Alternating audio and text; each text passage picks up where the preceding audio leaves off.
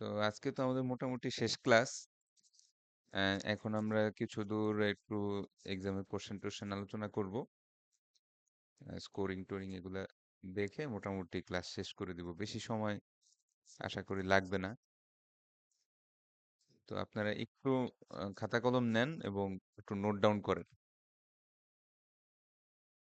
সবাই একটু খাতা কলম নিয়ে নোট ডাউন করেন যে কোন কোন জায়গাগুলো একটু দেখতে হবে। আর রেকর্ডিং তো আছেই, তা দেখেও নিতে পারবেন, সমস্যা নেই। তো প্রথমেই আমরা যে চ্যাপ্টারটা পড়ছিলাম সেটা হচ্ছে সেন্ট্রাল প্রসেসিং ইউনিট, চ্যাপ্টার 8। তো এখানে আমরা অনেক কিছুই পড়ছি, কিন্তু একটু বেশি গুরুত্ব দিবেন যে জিনিসগুলা, সেটা হচ্ছে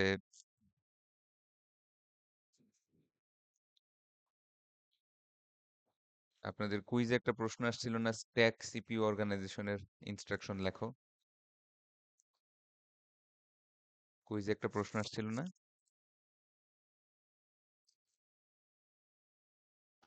হ্যালো। জি স্যার। হ্যাঁ, স্ট্যাক সিপিইউ অর্গানাইজেশন। তো স্ট্যাক সিপিইউ অর্গানাইজেশনের ইনস্ট্রাকশন গুলা আপনারা পাবেন হচ্ছে এখানে, যেখানে জিরো অ্যাড্রেস ইনস্ট্রাকশনটা কোথায়? 3 অ্যাড্রেস, 1 অ্যাড্রেস, 0 অ্যাড্রেস, এই যে এখান থেকে আসছিল প্রশ্নটা, মানে কুইজের প্রশ্নটাই। ও একটা কথা বলি, কুইজ আর অ্যাসাইনমেন্ট, হ্যাঁ, এটা হলো আহ, একদম 1 নাম্বার সাজেশন। লেখা রাখেন কুইজ এবং অ্যাসাইনমেন্ট, মানে কুইজে যা আসছে আর অ্যাসাইনমেন্টে আমরা যেটা প্র্যাকটিস করব, এগুলো হচ্ছে নাম্বার 1 প্রায়োরিটি, এগুলো আগে পড়বেন। অর্থাৎ অ্যাসাইনমেন্ট ছিল আপনাদের যে জিনিসগুলা, হ্যাঁ, ক্যাশ ম্যাপিং, এই যে থ্রি লেভেল মেমোরি আর্কিটেকচার বলতে কি বুঝো, হ্যাঁ, এরকম এরকম ডিফারেন্ট ডিফারেন্ট লেভেল কেন আনা হয়েছে, তারপর ক্যাশ মেমোরির দরকার কি, প্রিন্সিপল অফ লোকালিটি কি জিনিস, তারপরে কিছু ম্যাথড দেওয়া আছে। এগুলো আপনাদের প্র্যাকটিসের জন্য দিছে, কিন্তু ফাইনালের প্র্যাকটিস হিসাবে, বুঝতে পারছি?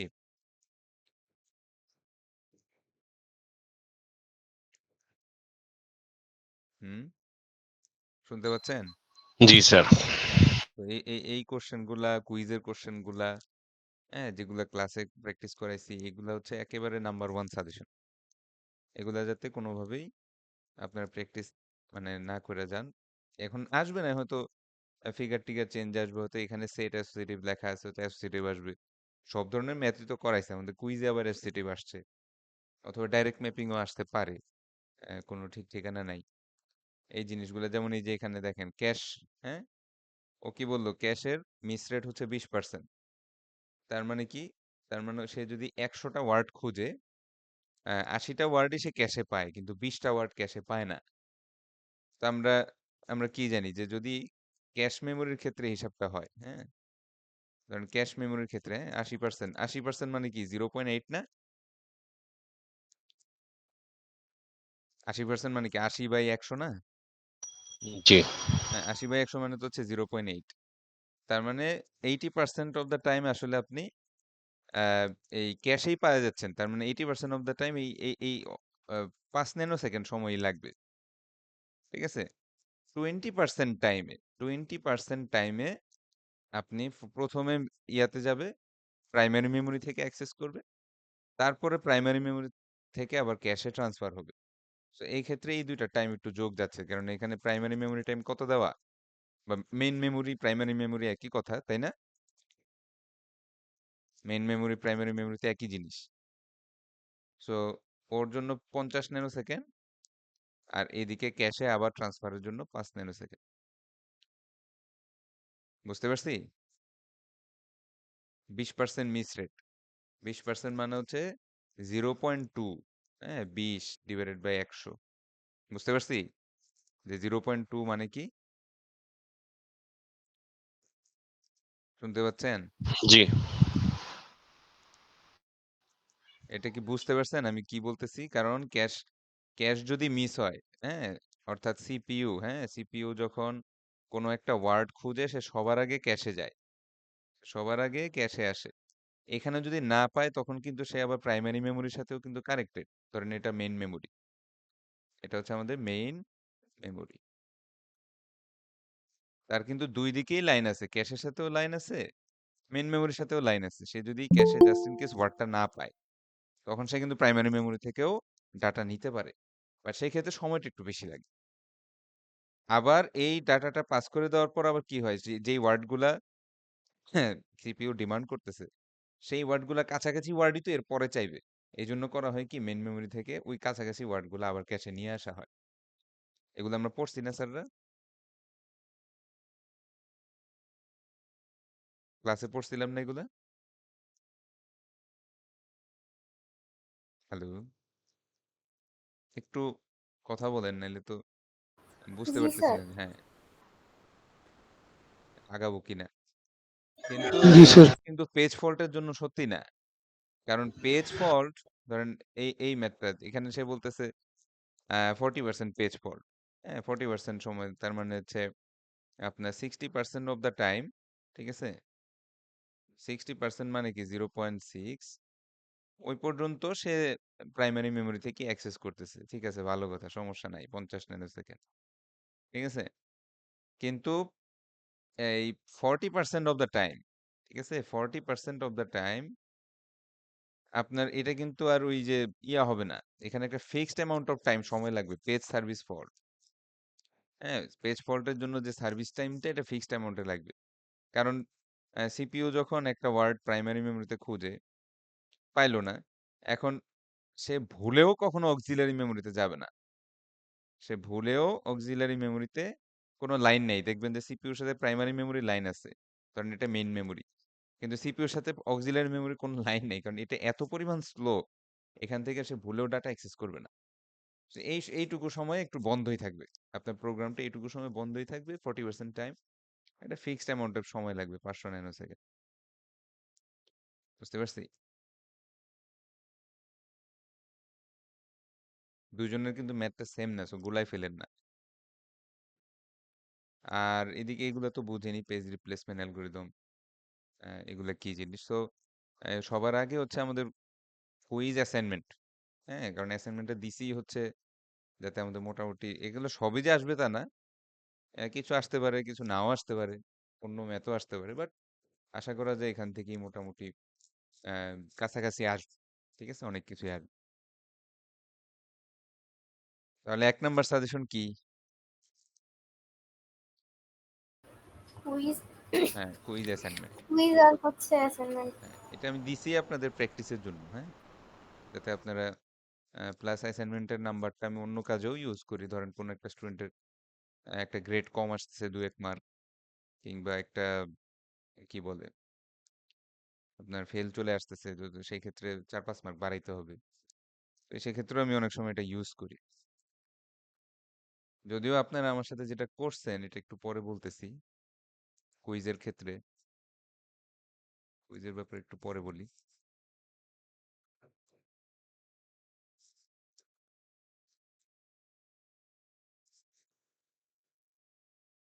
আচ্ছা, তাহলে স্ট্যাক, হ্যাঁ, সো স্ট্যাকের ইনস্ট্রাকশন গুলা, তারপরে স্ট্যাকের এখানে দেখবেন যে একটা রিভার্স পলিশ নোটেশন বা পোস্ট ফিক্স নোটেশন আছে।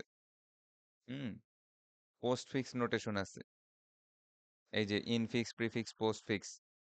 পেজ নাম্বার 252, কিভাবে একটা ম্যাথমেটিক্যাল ইকুয়েশনকে পোস্ট ফিক্সে নিতে হয়। হুম, এই জিনিসগুলা, এগুলো একটু ভালো মতো পড়বেন। তারপরে হচ্ছে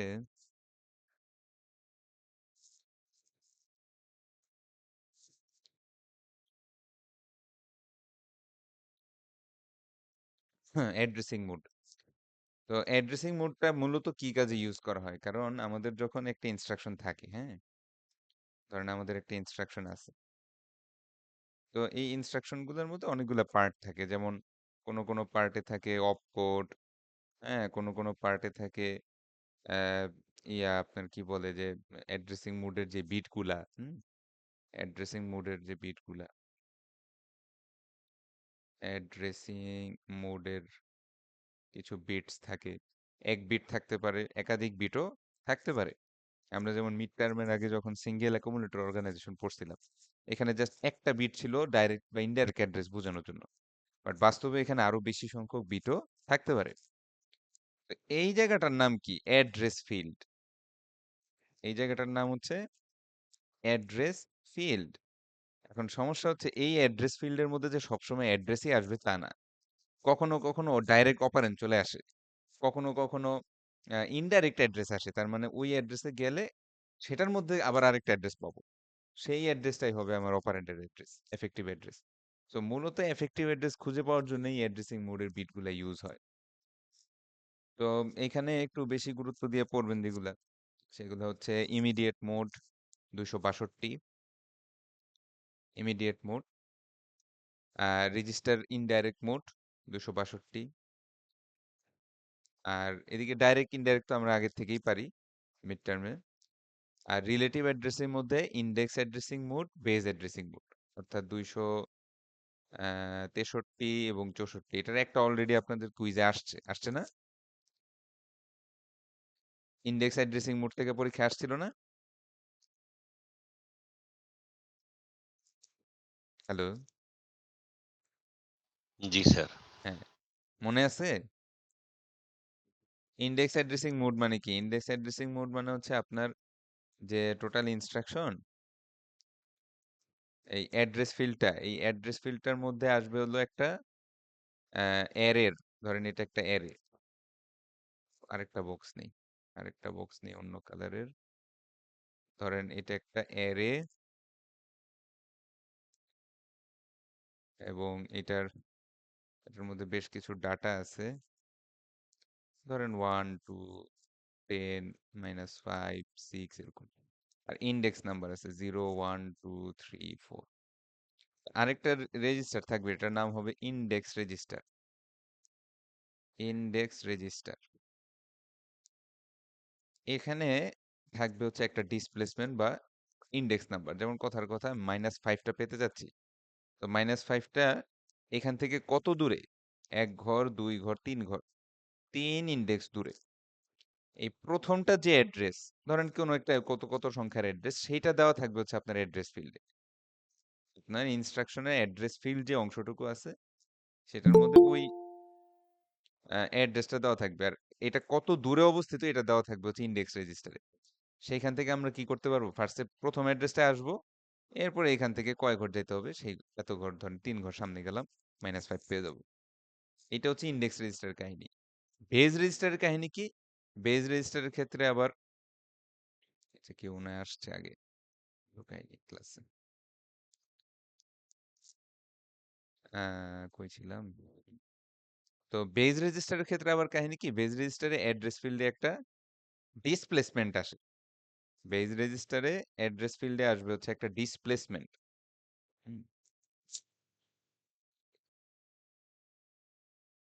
ডিসপ্লেসমেন্ট, ডিসপ্লেসমেন্ট শব্দের অর্থ কি? ডিসপ্লেসমেন্ট অর্থ কি?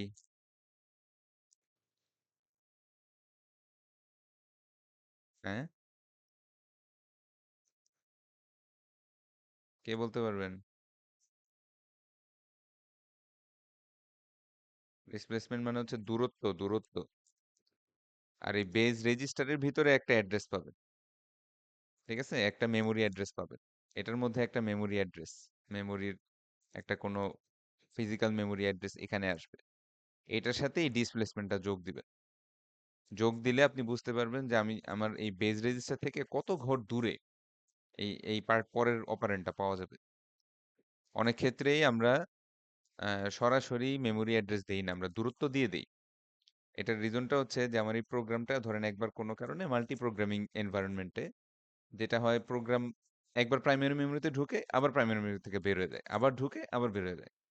তো কথার কথা প্রথমে আপনি র্যান্ডম আমি ধরে নিলাম 331 নাম্বার ঘরে ছিলেন, এবং সেখান থেকে 12 ঘর দূরে আপনার ভেরিয়েবল বা কোনো একটা ডেটা ছিল, ধরেন 50।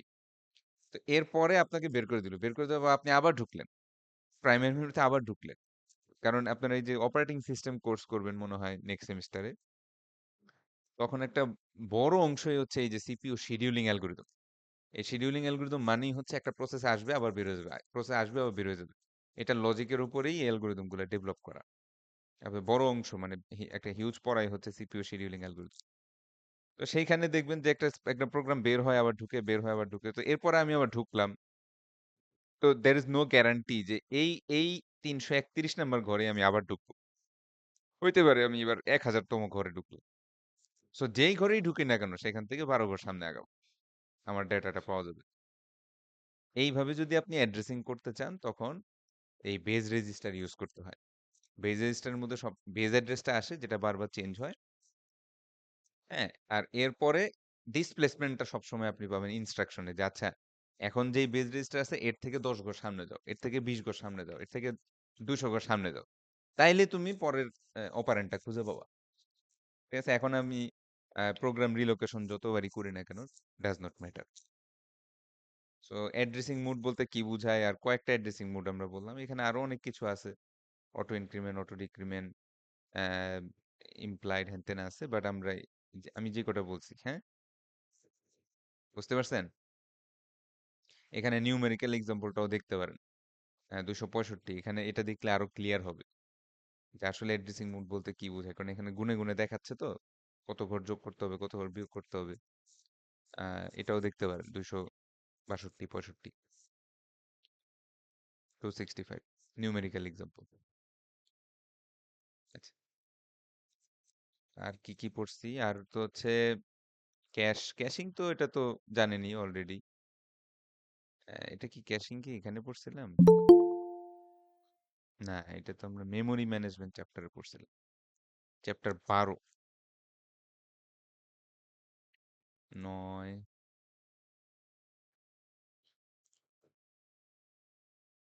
১১,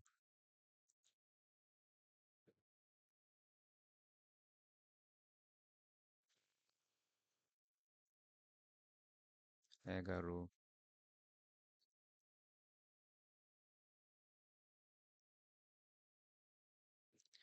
হ্যাঁ, মেমোরি ম্যানেজমেন্ট। সো এখানে ওই যে 3 লেভেল মেমোরি হায়ারার্কির প্রয়োজন কি? 3 লেভেল হায়ারার্কির মেইন আসলে দরকারটা হচ্ছে আপনার অ্যাক্সেস টাইম কমানো, কিন্তু আসলে এত এক্সপেন্সিভ যাতে না হয়। সাধারণ মানুষ যাতে কম্পিউটারটা ইউজ করতে পারে। এজন্য আমরা করি কি আসলে প্রোগ্রামগুলা অক্সিলারি মেমোরিতেই থাকে। এই প্রোগ্রামগুলা যেগুলা রানিং ইনস্ট্রাকশন সেগুলা কিছু সংখ্যক পেজ আপনার প্রাইমারি মেমোরিতে নিয়ে আসা হয়। আবার সেইখান থেকেও যেগুলো বারবার লাগে কাছাকাছি ওয়ার্ডগুলো আবার ক্যাশ মেমোরিতে নিয়ে আসা হয়। কিন্তু ক্যাশ মেমোরির সাইজ খুব কম থাকে যার কারণে এটা খুব একটা এক্সপেন্সিভ হয় না। তো সিপিইউ ফার্স্ট এর ডাটা ক্যাশে খুঁজে। না পেলে প্রাইমারি মেমোরিতে যায়। এরপরেও যদি না পায় তখন সাময়িক সময়ের জন্য পেজ ফল্ট হয়। আর সেই সময়টার মধ্যে আমাদের প্রোগ্রামটা আমরা যেটাকে নরমাল ভাষায় হ্যাং করা বলি। যদিও বর্তমান সময়ে আমাদের র‍্যামের যে ক্যাপাসিটি আ এবং সিপিইউর যে ক্যাপাসিটি আমাদের ওইভাবে তেমন হ্যাং করে না কম্পিউটার। বাট তারপরেও আমরা অনেক সময় দেখি যে আমাদের কম্পিউটার একটু হ্যাং করতেছে। ওই হ্যাং এর রিজনটাই হচ্ছে কি পেজটা নাই। যেই পেজটা আপনি চাচ্ছেন সেই পেজটা এখনো প্রাইমারি মেমোরিতে আসে নাই। তো এখানে আমরা অনেক কিছুই দেখছি কিন্তু সব তো লাগবে না। ইম্পোর্টেন্ট বিষয়টা হচ্ছে ক্যাশিং এবং ভার্চুয়াল মেমোরি। সো এগুলো অলরেডি অনেকবার প্র্যাকটিস করছি, কুইজে দিছি, অ্যাসাইনমেন্টে দিছি। আহ, আশা করি ইনশাল্লাহ সমস্যা হবে না।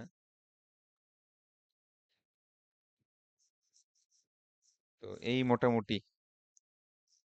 কোশ্চেনের আলোচনা। আর লাস্টে তো আমরা ভার্চুয়াল মেমোরি পড়লাম। সো ভার্চুয়াল মেমোরির কাহিনীটা হচ্ছে যে আপনার প্রাইমারি মেমোরি যেহেতু সাইজে কম আর অনেক প্রোগ্রাম আটাইতে হয় এই জন্য সবগুলা প্রোগ্রামের পুরো অংশটাই প্রাইমারি মেমোরিতে আনা হয় না। অনেকগুলা প্রোগ্রামের অল্প অল্প অংশ আনা হয়। কারণ প্রোগ্রাম 1 প্রোগ্রাম 2 পুরাটাই আনবে না। প্রোগ্রাম 1 এর কিছু অংশ আনছে, কিন্তু প্রোগ্রাম 1 এ আবার কিছু সংখ্যক বাদও রয়ে গেছে। তো ওদের আইডিয়াটা হচ্ছে যে এই প্রোগ্রাম 1 যদি এই পর্যন্ত শেষ হয়ে যায়, শেষ হওয়ার পরে তারপর বাদবাকি পেজগুলো আবার ঢুকাবে। তো এটার জন্য তারা যে টেকনিকটা ইউজ করে সেটার নাম হচ্ছে ভার্চুয়াল অ্যাড্রেস। অর্থাৎ আপনার মেইন মেমোরি বা সিপিইউ প্রথমে অক্সিলারি মেমোরি একটা অ্যাড্রেস জেনারেট করবে, বাট এই অ্যাড্রেসে সে ভুলেও যাবে না। এই অ্যাড্রেস থেকে একটা মেমোরি ম্যাপিং টেবিল বা আপনি ধরেন ভার্চুয়াল অ্যাড্রেস থেকে মেইন মেমোরি অ্যাড্রেসে কনভার্সনের জন্য একটা পেজ টেবিল ইউজ করা হয় যেটা দেখতে অনেকটা এরকম পেজ টেবিল। তো কোন পেজটা কোন ব্লকে ম্যাপ করা আছে সেই ম্যাপটা লেখা হয় এবং ওই ম্যাপটাই জাস্ট নিয়ে এসে আমরা বিট সংখ্যা কমায় ফেলি। এবং ভার্চুয়াল অ্যাড্রেসটা বেশ বড় থাকে, বড়টা থেকে আমরা ছোট একটা সংখ্যায় চলে আসি।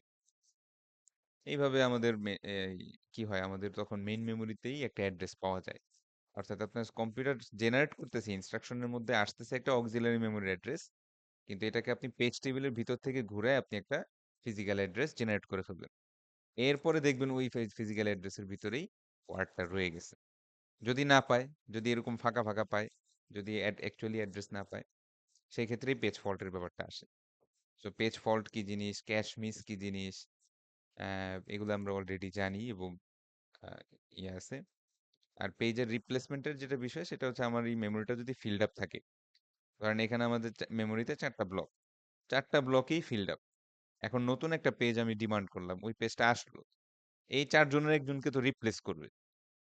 কোন লজিকে রিপ্লেস করবে সেটাই হচ্ছে পেজ রিপ্লেসমেন্ট অ্যালগরিদম। সো আমাদের মেইনলি এই ভার্চুয়াল মেমোরি কোশ্চেন তো এইটাই, যে আপনাদেরকে কিছু পেজের ডিমান্ড দেওয়া হচ্ছে, হ্যাঁ, এবং যদি ফাঁকা থাকে তো ওই ফাঁকার মধ্যে ঢুকাই ফেলতেছেন। এরপরে কখনো কখনো ফার্স্ট ইন ফার্স্ট আউট, মানে যখন প্রথম যেটা আসছিল সেটাকে বাদ দিচ্ছেন। আর কখনো কখনো ইউজ করতেছেন লিস্ট লিস্ট রিসেন্টলি ইউজড, হ্যাঁ, অর্থাৎ সবচেয়ে পুরানো যেটা ইউজ করা হয়েছে সেই পেজটাকে আপনি বাদ দিচ্ছেন। তো এ নিয়ে তো ডিটেল ক্লাস হয়েছেই, প্র্যাকটিস করে টোরে সবই দিছি। আশা করা যায় ইনশাল্লাহ কোনো সমস্যা হবে না। সো ফিফো এবং এলআরইউ বলতে কি বোঝায়, 476, পেজ ফল্ট 475, এগুলো একটু পড়বেন। ফিফো এলআরইউ এগুলো বলতে কি বোঝায়,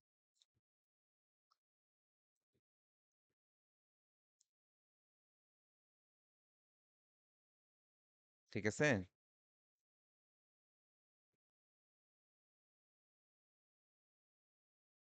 হ্যালো। জি স্যার। আচ্ছা, তো এখন যেহেতু আজান দিয়ে দিল, তো আমরা নামাজের পরে 7টা 10 থেকে আবার একটু কথা বলবো। আপনাদের কুইজ অ্যাটেন্ডেন্স এগুলোর স্কোরও আমি দেখাই দিব 7টা 10, ঠিক আছে?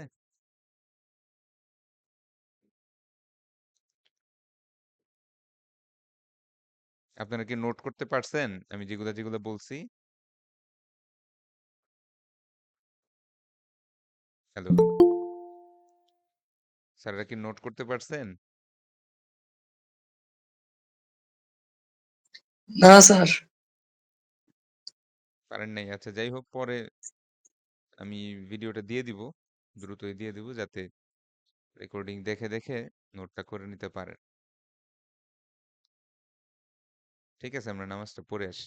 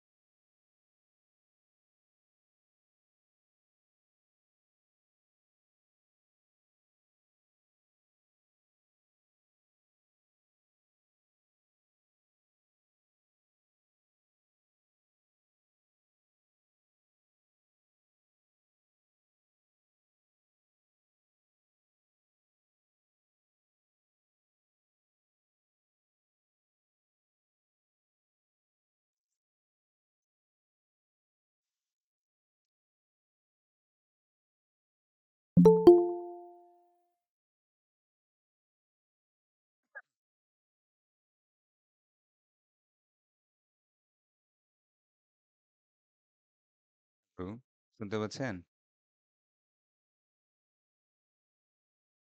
হ্যালো।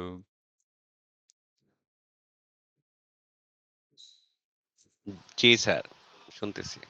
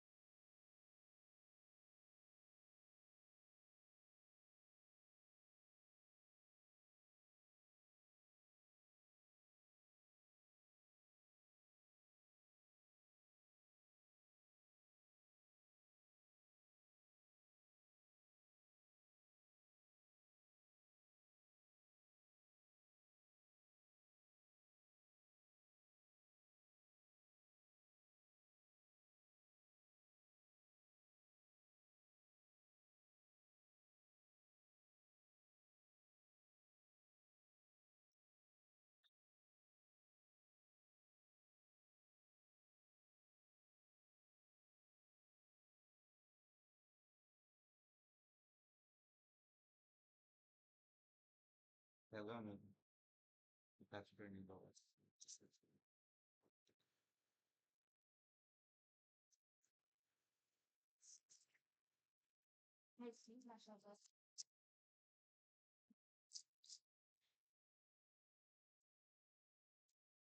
আচ্ছা, তাহলে আমরা একটু আমাদের অ্যাটেন্ডেন্সটা নিয়ে নেই।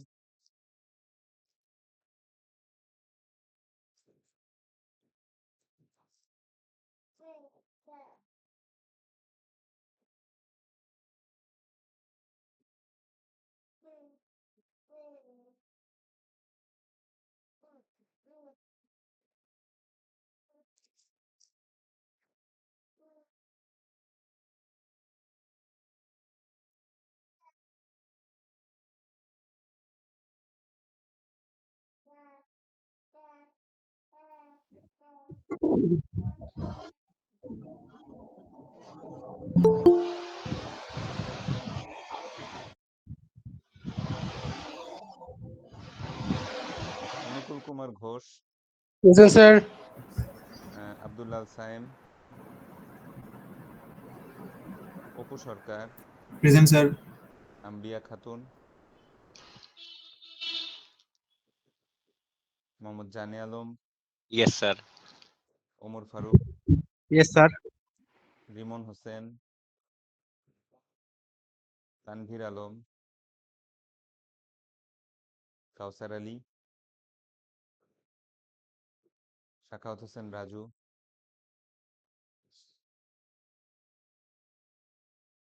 আশা হামিদা, Present, sir.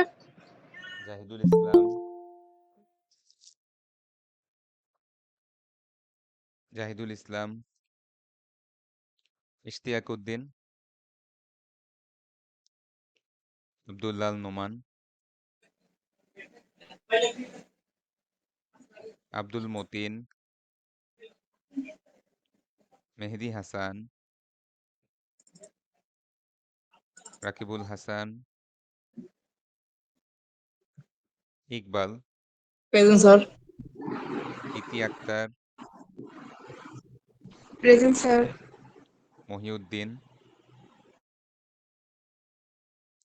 অন্তর Kumar Ghosh, Present, sir. Raju Ahmed, Present, sir. Hafsa Akter রূপা, Present, sir. Asma Akter, Yes, sir. Harishankar রায়, সাইফুল ইসলাম, আব্দুল্লাল মারুফ, Sharifuddin, Yes, sir. Sadia Sarwar, Present, sir. Nafisa Sultana, Nafisa মাত্রই ঢুকলো, Redwanul Islam, Present, sir. Golam Mohaimin, Yes, sir. Nasima Khatun, Yes, sir. Nusrat Jahan Mukta, Yes, sir. Arjina Akter Lima, Present, sir. Mohammad Antor Ali, Abdullah Al Amin, Rakibul Hasan, Imran Ahmed,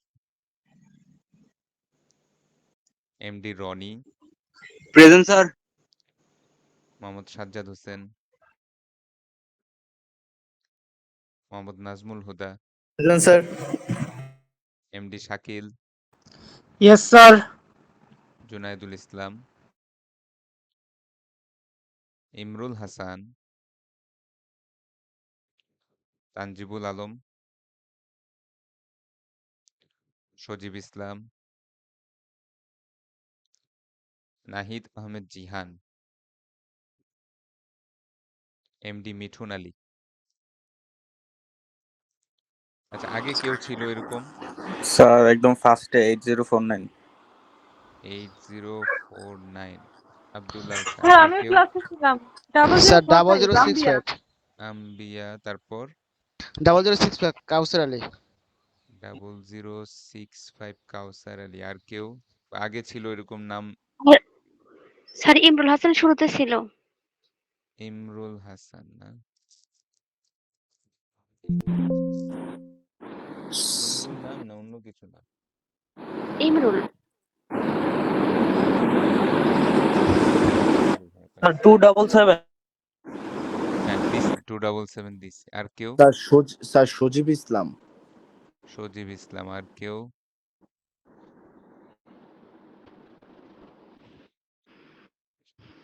আর কেউ?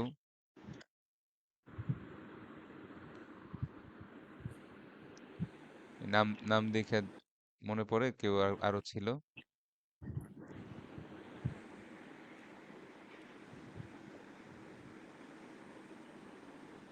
আচ্ছা, তাহলে আমরা অ্যাটেন্ডেন্সের স্কোরটা দেখে ফেলি।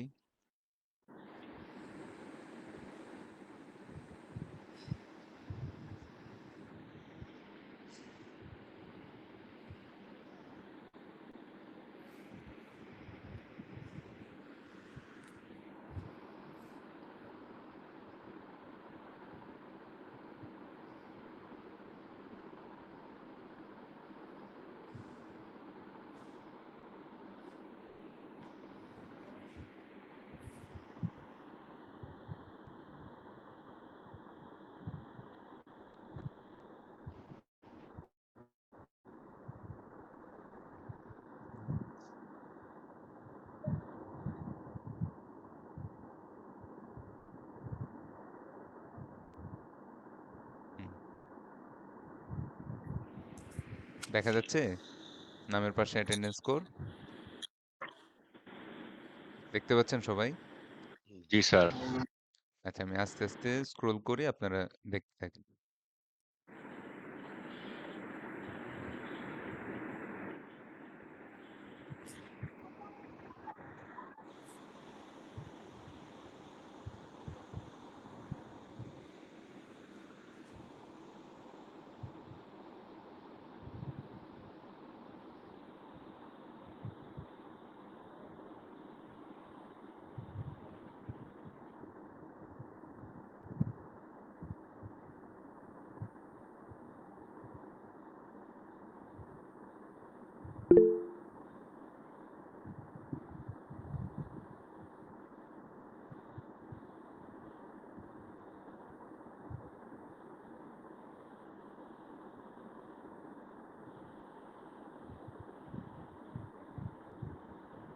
দেখা হয়েছে সবার?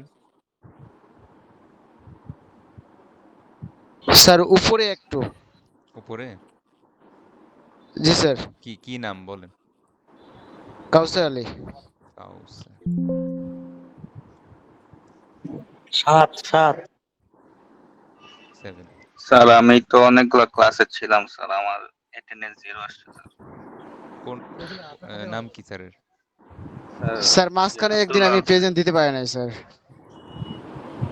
প্রেজেন্ট দিতে না পারলে আমি কি করব? এটা তো আর আমার হাতে নাই।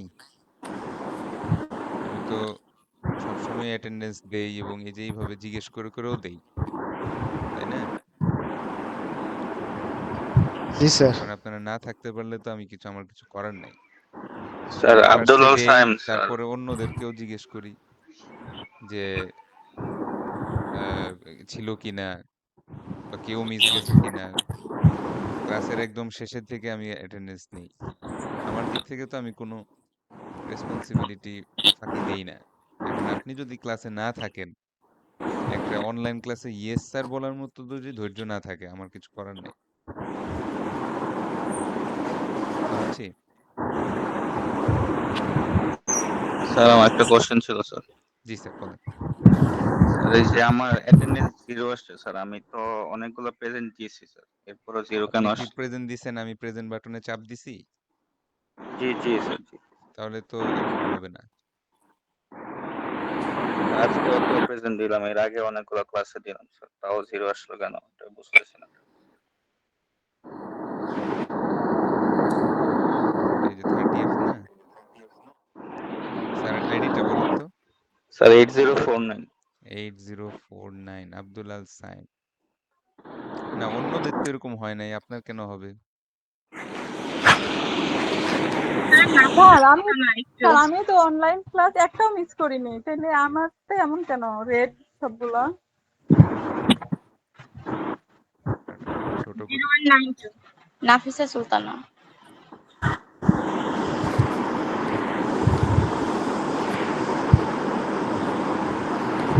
জি স্যার, এখন আবার 6 হয়ে গেছে স্যার।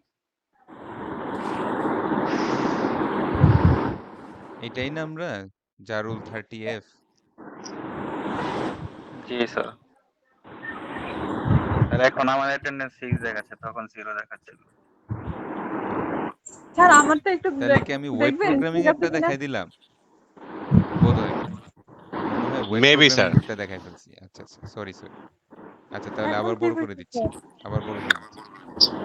হ্যাঁ, দুইটাই 30F তো। আমি মনে হয় ওয়েব প্রোগ্রামিং এরটা দেখাই ফেলছি। তাহলে এইখান থেকে আবার একটু দেখ। হ্যাঁ, অনেকে আবার ওয়েব প্রোগ্রামিং এর ক্লাসে আসে না। হইতে পারে। কারণ ওটা তো আবার ফিজিক্যাল ক্লাস। এটা হচ্ছে আপনাদের কম্পিউটার আর্কিটেকচারের অ্যাটেন্ডেন্স।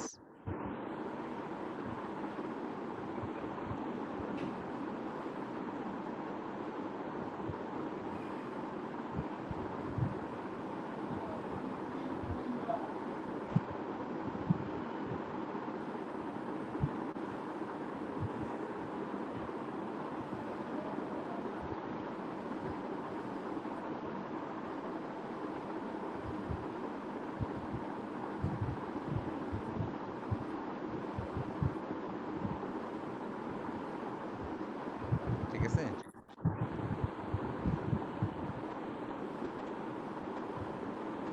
দেখছেন সবাই?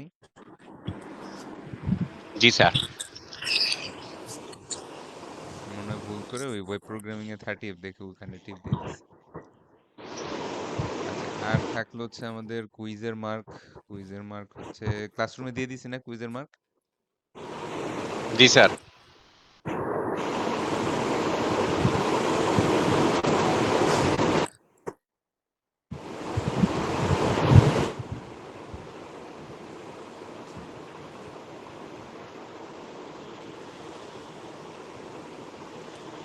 আচ্ছা, সজীব কুইজ আপনার 1। মাইকটা একটু মিউট করবেন। হ্যাঁ,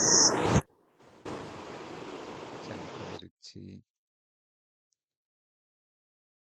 কুইজের মার্ক হচ্ছে, এটা তো কুইজ 1, কুইজ 2, এবিএস অর্থ হচ্ছে অ্যাবসেন্ট। আর এই দুইটার মধ্যে যেটা বেটার সেটাই আমাদের কুইজের বেস্ট স্কোর হিসাবে কাউন্ট হবে। যেমন ধরেন এমনি প্রথমটায় 3, পরটায় 5, তা দুইটার মধ্যে যেটা ভালো সেটা। মিড টার্মের মার্ক তো আপনারা সবাই জানেনই। অ্যাটেন্ডেন্সটাও দেখলেন। বাদ থাকলো হচ্ছে অ্যাসাইনমেন্ট। সো অ্যাসাইনমেন্টটাও আমি আস্তে আস্তে দিয়ে দিব, বাট অ্যাসাইনমেন্ট এর স্কোর আমি আপনাদেরকে যেটা দিব সেটাই ফাইনাল না। বুঝতে পারছি? অ্যাসাইনমেন্টের স্কোরটা আমি কারো একটা গ্রেড আপ করার জন্য, অথবা কারো যদি দেখা যাচ্ছে 2-3 মার্কের জন্য ফেল চলে আসে, সেক্ষেত্রে ধরেন আমি আপনাকে দিলাম হয়তো 6 দিছি অ্যাসাইনমেন্টে, বাট ওটা আমি আহ, বাড়ায় দিব। বুঝতে পারছি? স্যার একটু কথা বলা যাবে স্যার? বলেন। স্যার হচ্ছে আমাদের অ্যাসাইনমেন্টের ডেডলাইন তো ওই যে আগামীকাল, এখন এটা যদি একটু এক্সটেন্ড করতেন তাহলে আর আমাদের কবে সুবিধা এক্সটেন্ড হতো করব? স্যার। কালকে তো আজকে কালকে হিসাবে লাস্ট ক্লাস, 9 আর 10 হচ্ছে পিএল, আর হলো আপনার এই মানে যে ফাইনাল এক্সাম এর আগ ফাইনাল পর্যন্ত এক্সাম। যদি একটু টাইম দিতেন স্যার, আমাদের আপনি অনেক জমা দেন, প্রেসার পড়ে যেত। আপনি জমা দেন, আপনার যদি দেরি হয় আপনি জমা দেন। কারণ আমার এটা দেখতে হবে, দেখে আবার আহ, ইয়া করতে হবে, এটার জন্য তো আমারও একটা সময় দরকার, তাই না? একটাই তো আর সেকশন না। আমার এখানে দেখতে পাচ্ছেন কয়টা ক্লাস, কতগুলা ক্লাস নিচ্ছি দেখতে পাচ্ছেন? প্রতিটা ক্লাসে যেমন ওয়েব প্রোগ্রামিং গুলা ল্যাব ফাইনাল নিব, এদিকে এদেরও অ্যাসাইনমেন্ট আছে, এদেরও কম্পিউটার কিছুরও অ্যাসাইনমেন্ট আছে, আমাকেও তো খাতা দেখার সুযোগ দিতে হবে। তা আপনি জমা দেন, সমস্যা নাই। আর যেহেতু অনলাইন সাবমিশন, আপনারা অনলাইনেই ইন্ডিভিজুয়ালি স্কোর পেয়ে যাবেন। ঠিক আছে, হয়তো একটু সময় লাগতে পারে, পরীক্ষার ভিতরে ভিতরে হয়তো পাবেন। ওভারঅল এমনি পরীক্ষার প্রশ্ন নিয়ে কোনো কোশ্চেন থাকলে বলেন, যে এটুকু বুঝি নাই, আহ, একটু সমস্যা আছে এখনো। আচ্ছা, কুইজের একটা বিষয় আছে। কুইজের বিষয়টা হচ্ছে কুইজে যে স্কোরটা, তো এখানে বেশ কিছু মিসলিডিং নাম্বার আছে। অর্থাৎ অনেকেই 8-9 পাওয়া,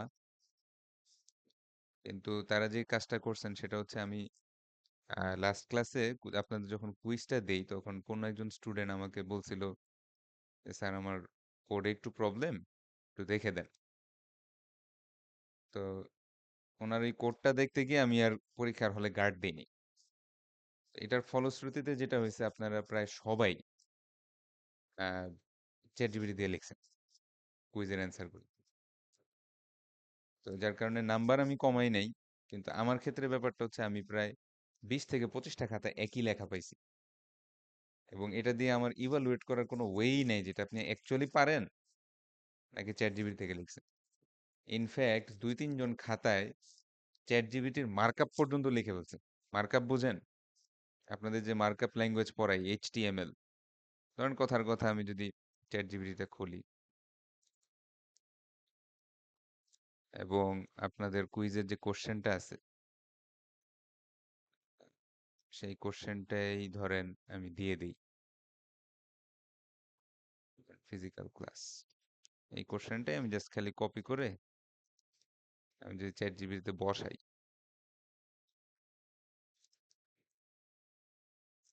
তো দেখবেন যে চ্যাট জিপিটি যখন আসতে থাকে, এই এই যে লেখাটা আসতে থাকে, মাঝে মধ্যে একটা কোডের মতো আসে রেড কালার। ঠিক আছে, মাঝে মধ্যে এরকম রেড কালার একটা কোডের মতো আসে, অর্থাৎ লেখাটা কমপ্লিট হয় নাই। মাঝে মধ্যে লেখাটার মধ্যে একটা রেড কালারের লেখা আসে এরকম, যে স্ল্যাশ টেক্সট, তারপরে এরকম ভ্যালু আসে। এই যে এরকম আসছে, দেখতে পাচ্ছেন? একটু আগে দেখছিলেন একটা স্ল্যাশ টেক্সট আসছে, যে জি কেউ দেখতে পেয়েছেন? মানে লেখাটা আসার জি আগেই জি স্ল্যাশ টেক্সটের মতো একটা লেখা আসে। স্যার 2-3 জন আপনার এই স্ল্যাশ টেক্সট পর্যন্ত লিখে দিছেন পরীক্ষার খাতায়। কথা বুঝতে পারছেন আমার? মানে আপনারা আমাদের আহ, আমি আমি- আমি- আপ- আপ- আপ- মোটামুটি তো দেখছেনই যে ফ্রাইডে ব্যাচ এবং ডে ব্যাচ, এই দুইটা ব্যাচে আমি খুব কনসিডার করি। সেমিস্টারের শুরুর দিকে আমি আপনাদের দেখাইছিলাম অনেক ফেল, কিন্তু এই শেষের দিকে এসে কিন্তু আপনারা বুঝতে পারতেছেন যে আমি কতটুকু কনসিডার করি দুইটা ক্লাসই, আর্কিটেকচারেও এবং ইয়েতেও। কারণ আপনারা অলরেডি অনেকে জব করেন, কষ্ট করে আসেন, অনলাইনে ক্লাস, কিংবা শুক্রবারে একটা দিন ছুটি থাকে সেই দিনও ক্লাস করতে আসেন। তো আপনাদের প্রতি আমার একটা সফট কর্নার থাকে, এবং সেই সফট কর্নার থেকে আমি কিন্তু সব ধরনের ব্যবস্থা করে রাখি, রাখি না? হুম। জি স্যার। যেমন আপনাদের এই ওয়েব প্রোগ্রামিং কোর্সে প্রত্যেকের ইন্ডিভিজুয়াল প্রজেক্ট আনার কথা ছিল। পরে যখন দেখলাম যে না, এটা অনেকের পক্ষেই পসিবল না, সেজন্য আমি কি সিস্টেম করছি, অ্যাসাইনমেন্ট 3টাই আমাকে প্রজেক্ট হিসাবে দেখান, তাও দুটা জিনিস শিখেন। ডিসঅনেস্টির আশ্রয় নিয়েন না। কিন্তু বাস্তবতা হচ্ছে যে আমি একটা স্টুডেন্টের ওনার কোডটাও একটু ডিফিকাল্ট ছিল। একটা ছোট্ট ক্যারেক্টার মিসিং এর জন্য ওনার কোডটা মিলতেছিল না। এবং ইরর দেখেও আমি বুঝতেছিলাম না যে অ্যাকচুয়ালি কোন জায়গায় ইররটা। আমাকে আস্তে, আস্তে কনসোল লক করতে কোডটা চেক করা লাগতেছিল। এইজন্য আমি হয়তো ১০-২০ মিনিট কোনো গার্ড দিতে পারি নাই। এতটুকু ছাড়ও আপনারা আমাকে দেননি। ৪-৫ জন মোবাইল বের করছেন। ওই ৪-৫ জনেরটা দেখে আরো ১০-২০ জন কপি করে লিখছেন। এখন ফলশ্রুতিটা কি হলো? ফলশ্রুতি হচ্ছে আপনাদের অনেকেরই কুইজে নাম্বার ভালো। কিন্তু এইটা যে আপনাদের ফাইনালেও আসবে, এটার কোনো গ্যারান্টি আমি দিতে পারতেছি না। হ্যাঁ? কারণ দেখেন স্যার, পাস করা এত কঠিন কিছু না। আপনাদের 10% মার্ক হচ্ছে অ্যাটেন্ডেন্সে। তার মানে অনলাইন ক্লাসে জয়েন করে খালি ইয়েস স্যার আর নো স্যার বলবেন। এটাতেই 10%। এটাতে অনেকেই ৮-৯ পেয়ে যাবেন। তারপরে অ্যাসাইনমেন্ট একটা দিছি। সেটাও তো ChatGPT মেরেই লিখবেন। এখানেও আশা করি যে ৭-৮ এর মতো স্কোর আসবে। প্রয়োজনে ১০ ও আসতে পারে। আমি এটাকে বাড়ায় ১০ ও বানায় দিতে পারি। ওই যে ধরেন পাইলেনই, কমই পাইলেন, ৪-৫ই পাইলেন। তারপরেও কিন্তু এখানে ২২ মার্ক অলরেডি হয়ে গেছে। মিডে তো কিছু পাইছেন। হ্যাঁ? ৫-১০ কিছু তো পাইছেন। ১২ই পাইলেন। ধরেন কথার কথা ১২ই পাইলেন। তাইলেও কিন্তু এখানে প্রায় অলরেডি 34 মার্ক উঠে আছে। আপনার এই মিডে ৪০ মার্কে মাত্র ৬ তুলতে হবে, তাইলেই পাস। তো পাস করা আসলে এত কঠিন না। বুঝতে পারছি? আমাদের ইউনিভার্সিটি যেহেতু মাত্র ৪০ এ পাস, যেমন আমি যেখানে পড়াশোনা করছি নর্থ সাউথে, ওখানে 60 তে পাস ছিল। পাস করাটাই ডিফিকাল্ট ব্যাপার ছিল। এ প্লাস টেপ্লাস তো পরের বিষয়। ৯৩ তে এ প্লাস। এ প্লাস তো না, আমাদের এই সর্বোচ্চ গ্রেড ছিল। কিন্তু ওইটার কথা বাদ দিই, আমাদের সোনারগাঁওতে তো ৮০ তে এ প্লাস, ৪০ এ প্লাস। তো দেখেন মোটামুটি কিন্তু অল্প নাম্বার ধরছি। তারপরেও কিন্তু 30, 34, 35 উঠে আছে। ইনফ্যাক্ট আপনাদের অলরেডি অনেকের পাস হয়েও গেছে। যারা মিড টার্মে একটু ভালো করছেন। ২০-২২ পাইছেন। তো তারপরেও দেখবেন যে কি পরিমাণ ফেল আসে।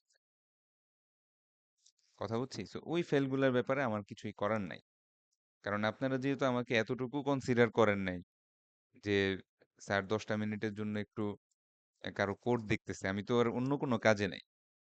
হ্যাঁ? বা ধরেন কথার কথা ন্যাচারাল কোনো কারণে আমি হয়তো ওয়াশরুম-টশরুমেও যাইতে পারতাম। এতটুকুও যদি কনসিডার মানুষ আমি আপনাদের থেকে না পাই, তো আপনাদের প্রতিও কনসিডারেশনটা আস্তে, আস্তে কিন্তু ওরকমই ফাইনালি রিফ্লেকশন আসতে পারে। কারণ এখানে যে কুইজের স্কোর, এখানে আমি কোনো নাম্বার কাটি নাই। যদিও বুঝছি সব কপি করা। এমনকি ChatGPT-র মার্কআপ পর্যন্ত আপনি লিখে দিয়েছেন। এরকম স্ল্যাশ টেক্সট লিখে সেকেন্ড ব্র্যাকেট দিয়ে এইখানে লিখছেন এফেক্টিভ অ্যাড্রেস। এইরকমও যদি পরীক্ষার খাতায় থাকে, তারপরেও আমি মার্ক কাটি নাই। কথা বুঝছি? সো আপনাদের পাস ফেলের কোনো গ্যারান্টি আমি দিতে পারতেছি না। আ সাজেশন বলে দিছি। ওটা অনুসারে প্রিপারেশন নিয়ে যায়েন। এই কোর্সে তো এতটুকুই। ঠিক আছে? তাহলে ফার্দার কোনো কোয়েশ্চেন না থাকলে আমি ক্লাসটা এন্ড করে দেই। আমি রেকর্ডিংটা দ্রুতই দিয়ে দিব, কারণ এটার মধ্যে সাজেশন আছে। আ আপনারা একটু ভালোমতো পড়ে নিয়েন। শর্ট কথা হচ্ছে যে আমাদের অ্যাসাইনমেন্ট এবং কুইজ, এই প্রশ্নগুলো একটু আগে পড়বেন। তারপর হচ্ছে বই থেকে ২-৪ টা পৃষ্ঠা আমি বলছি, ওই পৃষ্ঠাগুলো আগে একটু লিখবেন। বুঝতে পারছি স্যাররা? জি স্যার, বুঝতে পারছি। ঠিক আছে। স্যার তাহলে আর আগামীকাল আগামীকাল ল্যাব কেউ ফাইনাল দেরি করেন পরীক্ষা না। আমি কি ৭:৩০ থেকেই 7:30 হবে? ৭:৩০ থেকেই আমরা শুরু করব। পারলে আরো ১০ মিনিট আগে আসেন। আইসা প্রজেক্ট সেটআপ করেন। স্যার আমাদের 7:30 বাসা তো অনেক দূরে, আসতে অনেক সময় লাগে, একটু দেরি করে শুরু করতেন। একটু দেরি করলে আমি নিতে পারবো না, কারণ আপনাদের স্টুডেন্ট সংখ্যা অনেক বেশি।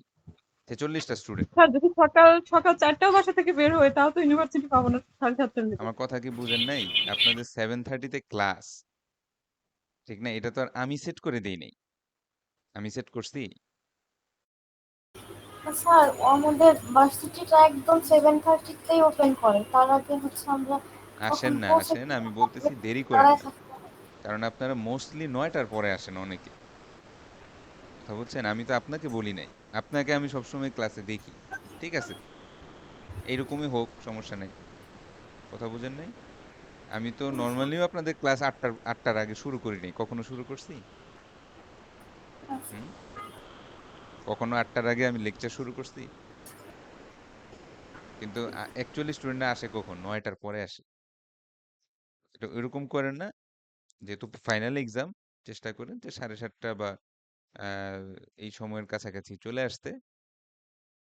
আর ওই সময়ের মধ্যে যারা থাকবে তাদেরটা আগে শুরু করব, নিতে যাতে আসে। কারণ আপনাদের অনেক স্টুডেন্ট, স্যারদের টোটাল স্টুডেন্ট প্রায় মনে হয় 50টার কাছাকাছি। তো তার প্রত্যেককে যদি আমি অল্প একটু সময়ও দিই, আমার তো সময় লাগবে কথা বলতে।